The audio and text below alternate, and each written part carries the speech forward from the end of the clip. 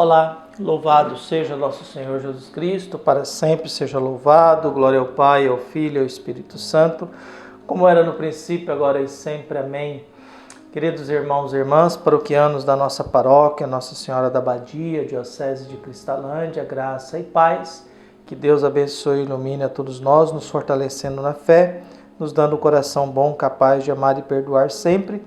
Nesse dia 9 de novembro de 2023, nessa quinta-feira, aqui nos encontramos e hoje é a dedicação da Basílica de Latrão, Catedral de Roma. Que Deus possa iluminar e abençoar esses ambientes sagrados. E o evangelho que nós temos é de Jesus Cristo segundo João, capítulo 2, versículos de 13 a 22. O Senhor esteja convosco, Ele está no meio de nós. Proclamação do evangelho de Jesus Cristo segundo João. Glória a vós, Senhor. Estava próxima a Páscoa dos judeus e Jesus subiu a Jerusalém. No templo encontrou os vendedores de bois, ovelhas e pombas e os cambistas que estavam aí sentados. Fez então um chicote de cordas e expulsou todos do templo, junto com as ovelhas e os bois. Espalhou as moedas e derrubou as mesas dos cambistas. E disse aos que vendiam pombas: Tirai isso daqui, não façais da casa de meu pai uma casa de comércio. Seus discípulos lembraram-se desse mais tarde e a Escritura. Seus discípulos lembraram-se mais tarde que a Escritura diz: O zelo por tua casa me consumirá. Então os judeus perguntaram a Jesus: Que sinal nos mostra para agir assim? Ele respondeu: Destruí este templo em 3 dias, eu o levantarei. Os discípulos disseram: 46 anos foram precisos para construir este santuário, e tu o levantarás em 3 dias? Mas Jesus estava falando do templo do seu corpo. Quando Jesus ressuscitou, os discípulos lembraram-se do que ele tinha dito e acreditaram na Escritura e na palavra dele. Palavra da salvação. Glória a vós, Senhor. Queridos irmãos e irmãs, unidos na fé, nós aqui nos alimentamos da palavra de Deus, agora entramos numa reflexão mais dura do Evangelho, em que é a reflexão sobre o tempo, o fim do tempo, as coisas que a gente tem que enfrentar na vida, as dificuldades do dia a dia, esse Jesus que vai nos ensinando a ter forças. Santo Agostinho, que nasceu em 354 e morreu em 430, dizia: Quem não nos ensina, ainda que nos fale, é como se não nos falasse. A gente vive num mundo em que as pessoas não nos ensinam e falam demais, mas os falatórios nossos é como se não falasse. E é assim mesmo, A gente fala coisas na paróquia e parece que a gente não fala, A gente diz uma coisa e parece que a pessoa não entendeu, não quer compreender, não quer entender. A gente orienta e como se não orientasse.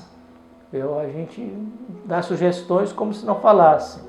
A gente pergunta certas coisas a uns grupos aí e todo mundo faz silêncio, Todo mundo ignora, ninguém se manifesta. Então, porque a gente não quer ouvir, ou a gente não quer se comprometer, ou a gente não quer fazer nada. E a gente vive aí nesses dramas, nessas angústias, nessa procura aí de nos alimentar. O Evangelho começa, está próximo à Páscoa dos judeus. No Evangelho de João nós temos 2 Páscoas, a Páscoa dos judeus e a Páscoa de Jesus. A Páscoa de Jesus é a sua ressurreição. A Páscoa dos judeus é o sábado, Jesus é crucificado um dia antes da Páscoa dos judeus. Então Jesus estava próximo à Páscoa dos judeus e não à Páscoa de Jesus, e Jesus subiu para Jerusalém. No Evangelho de João, Jesus vai mais vezes a Jerusalém. No sinótico, não. No sinótico, se ele foi algumas vezes, não interessa. Mas eles narram a última viagem que Jesus faz a Jerusalém. Que são os 3 primeiros evangelhos. Então, temos esses 2 dados. É a Páscoa dos judeus, não é a Páscoa de Jesus. Jesus subiu a Jerusalém. E Jesus está no templo. E no templo, Jesus encontrou os vendedores de bois, ovelhas e pombas, e os cambistas que estavam aí sentados. Então Jesus fez um chicote de cordas e expulsou todos do templo, junto com as ovelhas e os bois, espalhou as moedas e derrubou as mesas dos cambistas. E disse aos que vendiam pombas: Tirai isso daqui, Não façais da casa de meu pai uma casa de comércio. Viu? Tudo isso porque o zelo por tua casa me consumirá. Então o que nós temos? Era comum na área do templo se fazer várias barraquinhas, porque quem vinha de fora não trazia, tinha que se oferecer um animal em sacrifício para acalmar a Deus. Quem viajava muito não corria o risco de trazer o animal, porque o animal poderia morrer no caminho, se machucar. Uma ovelha, por exemplo, não podia ter um osso quebrado, né? Então eles preferiam às vezes trazer o dinheiro e ali eles compravam o animal e faziam a sua oferta, né? Os cambistas, porque o dinheiro do templo não podia ser o dinheiro romano. Então eles trocavam no templo o dinheiro que era aceito no templo e o dinheiro que era aceito no templo e pegava o dinheiro romano, né? Que era a figura de César, né? César como Deus. Então a moeda de César, moeda romana, não era aceita no templo, mas por isso havia os cambistas, né? Para não perder dinheiro, a gente troca esse dinheiro. E pombas era a oferta dos pobres. Se você lembra, Jesus, quando nasceu, José e Maria ofereceram um par de rolinhas, um par de pombinhas, de passarinhos, porque era a oferta dos pobres. Os ricos ofereciam um animal maior. Os pobres não, os pobres só poderiam oferecer animais pequenos. Então eles faziam essa troca e faziam essa referência. Diante desse contexto, dessa realidade, diante desse processo, Jesus tem uma atitude.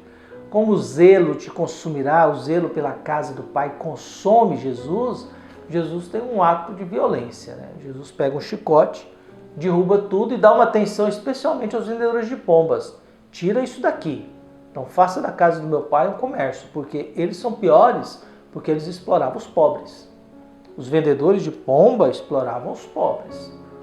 O pobre tinha que comprar um passarinho porque era o que ele podia e a oferta que ele podia dar a Deus. E as condições deles. Os cambistas também exploravam. Por isso Jesus joga o dinheiro no chão, espalha, chicoteia, expulsa. E para os vendedores de pombas, só tira isso daqui. Vocês estão explorando os pobres. Vocês estão se enriquecendo à custa de gente pobre, simples e humilde, que só pode comprar uma pombinha para oferecer a Deus. Viu? E é claro que possivelmente Jesus fez isso no canto, porque a região é muito grande do templo. Jesus fez isso em um determinado canto, mas chamou a atenção da guarda, chamou a atenção de quem estava na torre de Antônia. Havia uma torre ali naquela área que observava todo mundo. E ali Jesus foi observado, a tal ponto que os fariseus, então os judeus perguntaram a Jesus: que sinal nos mostra para agir assim? E Jesus respondeu: destrói esse templo aí, que em 3 dias eu refaço ele. Só escuta, 46 anos foi gasto para fazer isso. Você fala em 3 dias, mas Jesus está falando do templo da Eucaristia, né? Do templo do seu corpo, né? Da ressurreição, não de um prédio, de uma casa, de uma construção. Jesus é um homem preocupado com a casa de Deus, é um homem que a partir daí agora está marcado para morrer, porque ele ameaçou o templo, ele fez algo que foi reprovado e Jesus agora a partir daí começa a perseguição para realmente prendê-lo, para realmente decretar a sua morte. Afinal, comprometer o templo, comprometer a fonte de riqueza dos judeus, comprometer a fonte de riqueza dos fariseus não é um bom negócio. Em outras palavras, nunca é bom negócio você comprometer território dos outros de quem é poderoso. Quando eu era pequeno, alguém me ensinava no seminário: se você quer ser feliz na igreja, nunca mexa no território, no poder, no dinheiro de autoridades. Nunca questione o território, a autoridade, o dinheiro e a posse do bispo, do superior, do provincial. Não mexa nisso não, que você vai se dar mal. Então não põe a mão nem no poder, nem no território e nem na autoridade da pessoa que tem um título aí. Por isso peçamos a Deus que nos dê também esse espírito de zelo pela casa de Deus. Que sejamos zelosos por essa paróquia que nós temos aqui, sejamos cuidadosos com ela, que ela possa ser bem cuidada pela fé, pelo testemunho, pelo zelo e abençoada por Deus. Que aqui não seja uma casa de comércio, de exploração, mas seja um espaço de serviço, de oração, de agradecimento a Deus pela vida que a gente tem. Um abraço e até mais.